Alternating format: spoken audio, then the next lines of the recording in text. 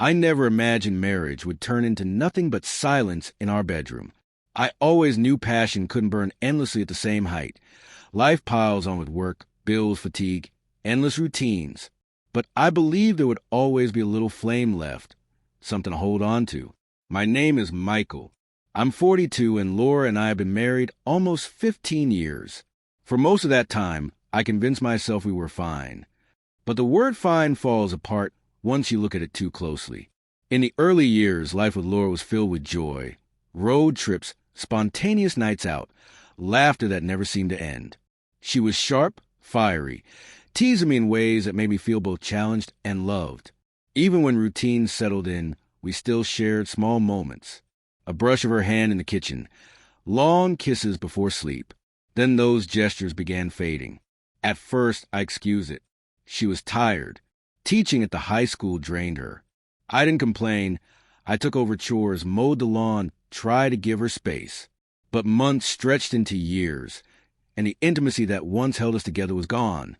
I tried bringing it up gently, never wanted to sound demanding or ungrateful. One night I said, "I miss being close to you. I miss feeling like us." She sighed, looked away, and muttered, "I just don't feel that anymore. I don't get turned on." Her words hit me like a blow I hadn't prepared for. She wasn't angry, not cruel, just cold, blunt, as if she were telling me we were out of coffee. Before I could even process it, the kitchen door opened and her younger sister, Chloe, walked in. She must have overheard us.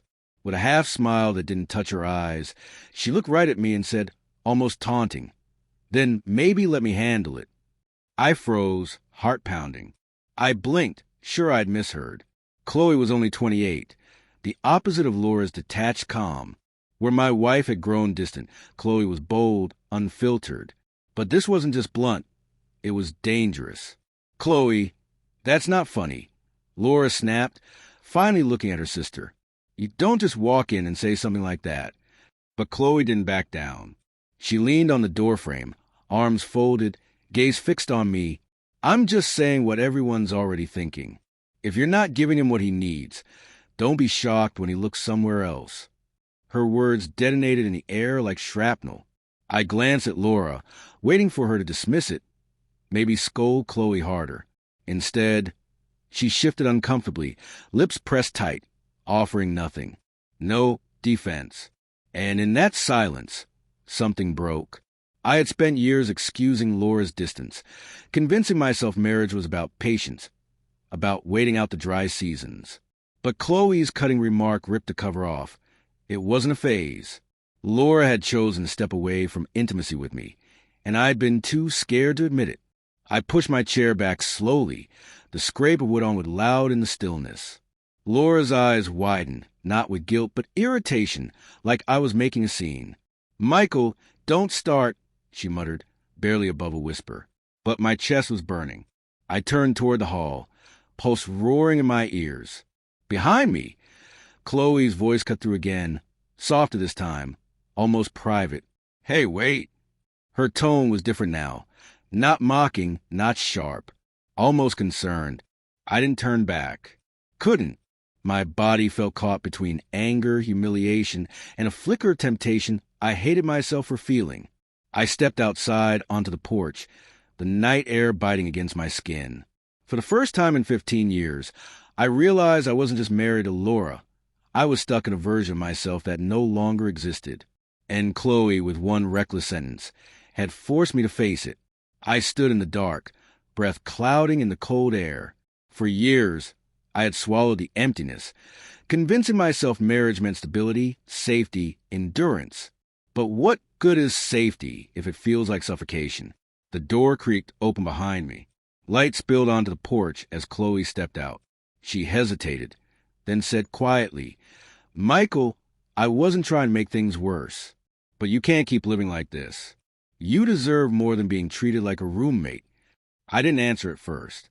Laura's flat words played on a loop in my head. "I don't feel that anymore." Finally, I said, "She's my wife. 15 years. You don't just walk away from that."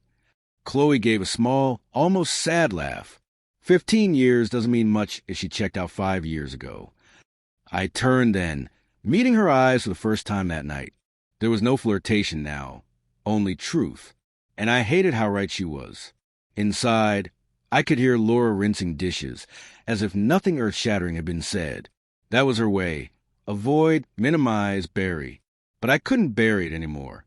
Chloe, I said carefully, whatever you meant earlier, don't. This isn't about you. It's about me deciding if I can keep living in denial. She nodded, folding her arms against the cold. Fair enough. But if you choose to stay, don't complain when the loneliness eats you alive.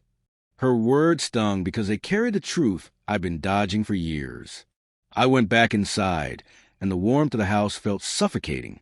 Laura glanced up from the sink, annoyance flashing across her face. Are you done? She asked, like I'd been throwing a tantrum. Something inside me broke cleanly, not with rage, but with clarity. No, I said firmly. I'm done pretending.